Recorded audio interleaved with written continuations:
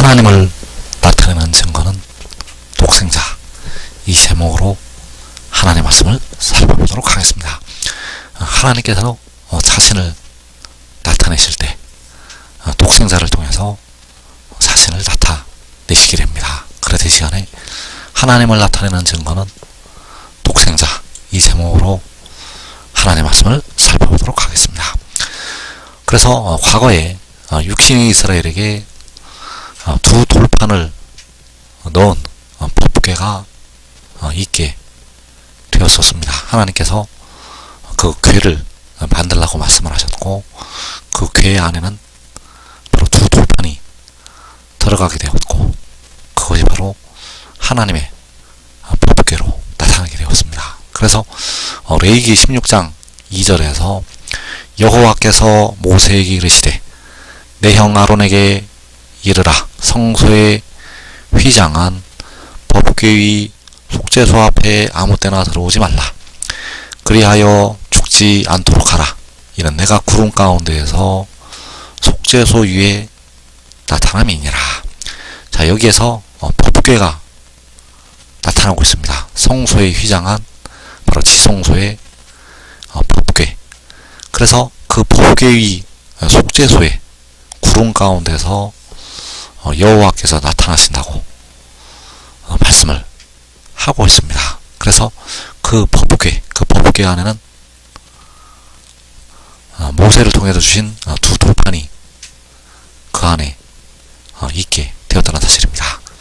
그래서 그 법궤는 또 언약궤라고도 표현이 되어 있습니다. 그래서 신명기 31장 9절에서 또 모세가 이 율법을 써서 여호와의 언약궤를 매는 레위 자손 제사장들과 이스라엘 모든 장로들에게 주고, 자, 모세가 이 율법을 써서 여호와의 언약궤를 매는 레위 자손 제사장들과 장로들에게 주었다고 말씀을 하고 있습니다. 그래서 여기서 여호와의 언약궤를 맨다고 할 때 그 언약궤가 역시 법궤,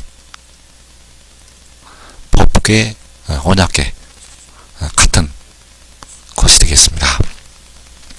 그리고 출애굽기 25장 22절에서 거기서 내가 너와 만나고 속죄소 위 곧 증거궤 위에 있는 두 그룹 사이에서 내가 이스라엘 자손을 위하여 내게 명령할 모든 일을 내게 이르리라. 자, 여기서 여호와께서는 모세와 만나 주신다고 말씀을 하고 있는데, 바로 속죄소 위에 두 그룹 사이에서, 그래서 그 두 그룹 사이라고 할 때 증거궤 위에 있는 두 그룹 사이가 되겠고, 그래서 이 증거궤가 역시 바로 언약궤가 되겠고, 언약궤가 바로 법궤, 언약궤, 증거궤 다 같은 말씀이 되겠습니다. 그래서 그 법궤, 언약궤, 증거궤, 자, 이것은 장차 올 좋은 일의 그림자가 된다는 사실입니다. 그래서 그 법궤는 언약궤요, 증거궤가 되겠는데, 자, 이것이 이제 마지막에 가서 또 나타나게 됩니다.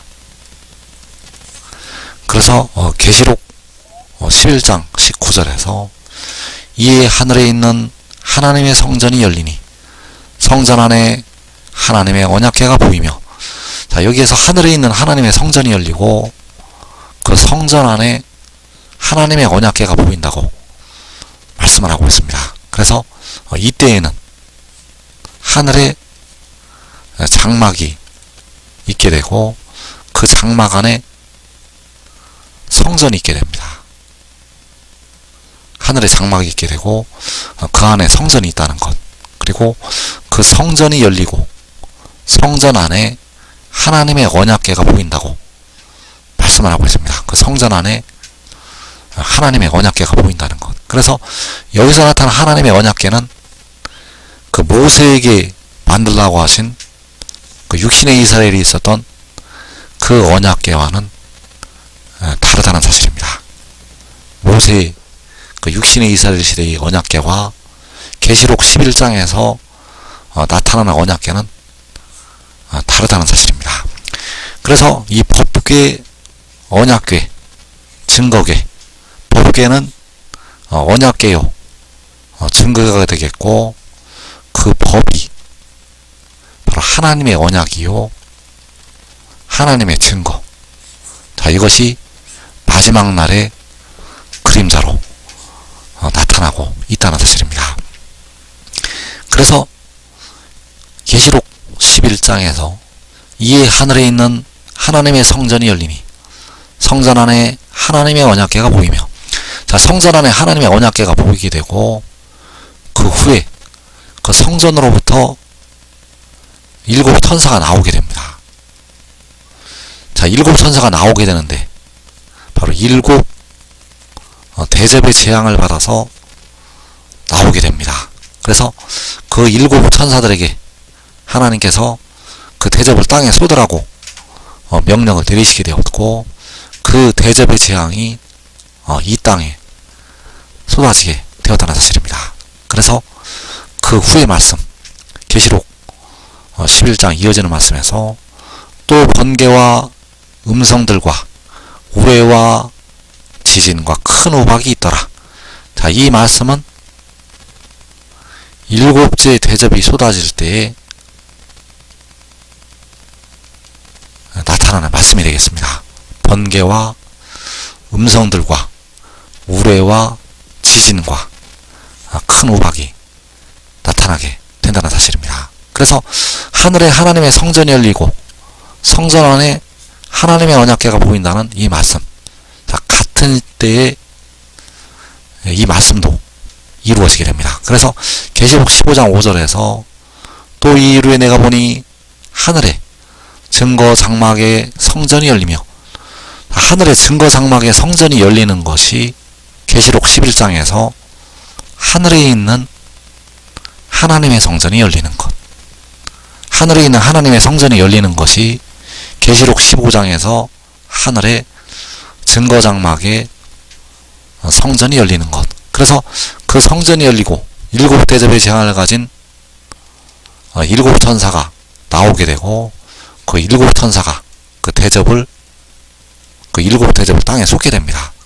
그리고 마지막 7째 대접이 쏟아질 때 계시록 16장 18절에서 번개와 음성들과 우레소리가 있고 또 큰 지진이 있어 이어지는 21절에서 또 무게가 1 달란트나 되는 큰 우박이, 그래서 번개와 음성들과 우레소리, 큰 지진, 큰 우박, 자, 이 말씀이 7째 대접이 쏟아질 때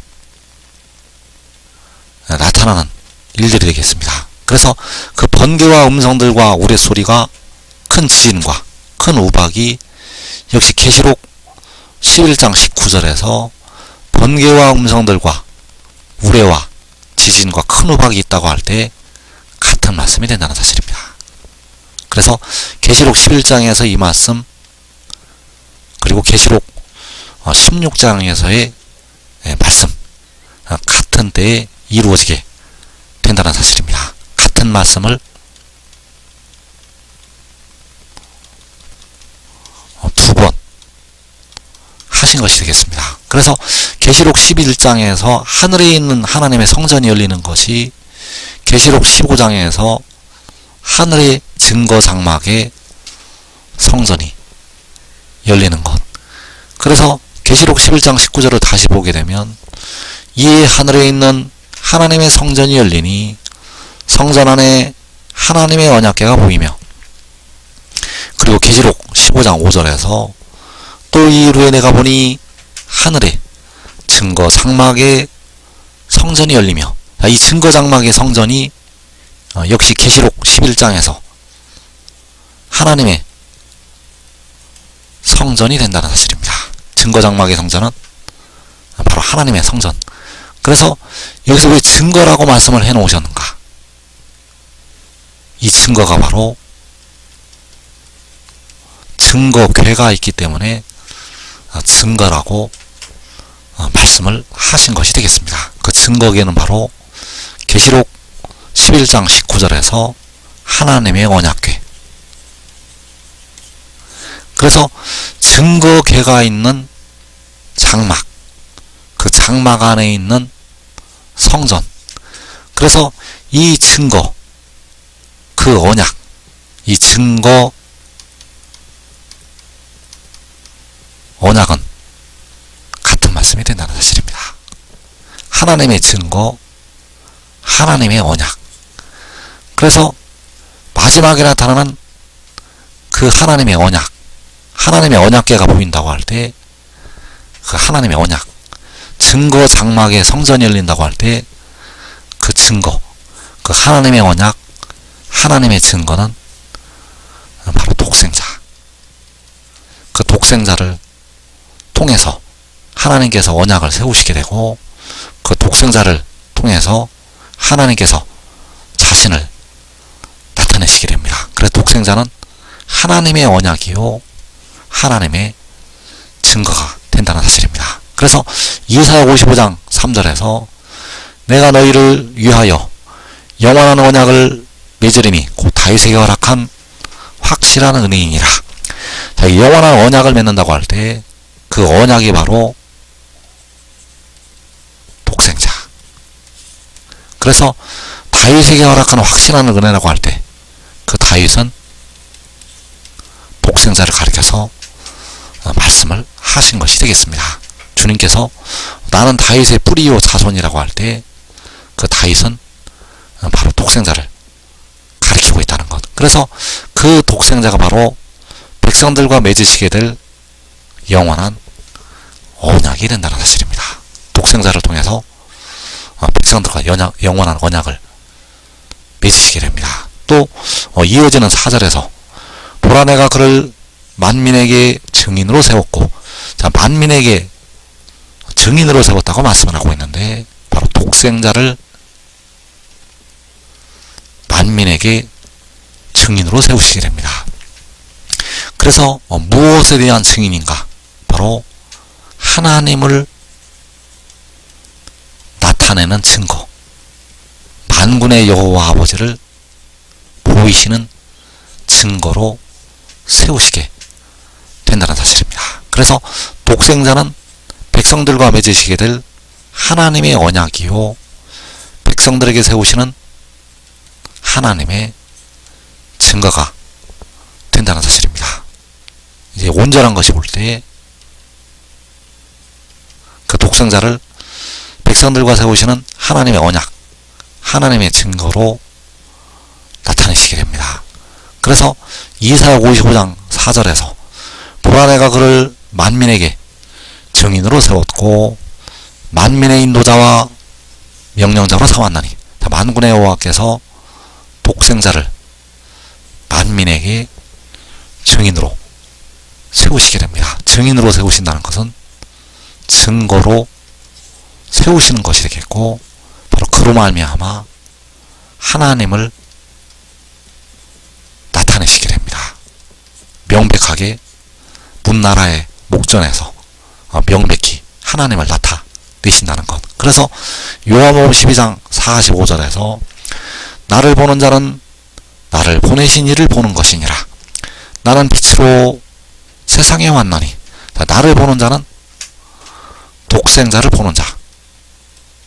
자, 독생자를 보는 자는 독생자를 보내신 이를 보는 것이라고 말씀을 하고 있습니다. 그래서 독생자를 보내신 이는 여호와 아버지, 여호와 하나님이 되시겠고, 여호와 아버지를 보는 것, 바로 독생자를 보는 것이 여호와 아버지를 보는 것이라고 말씀을 하고 있다는 것.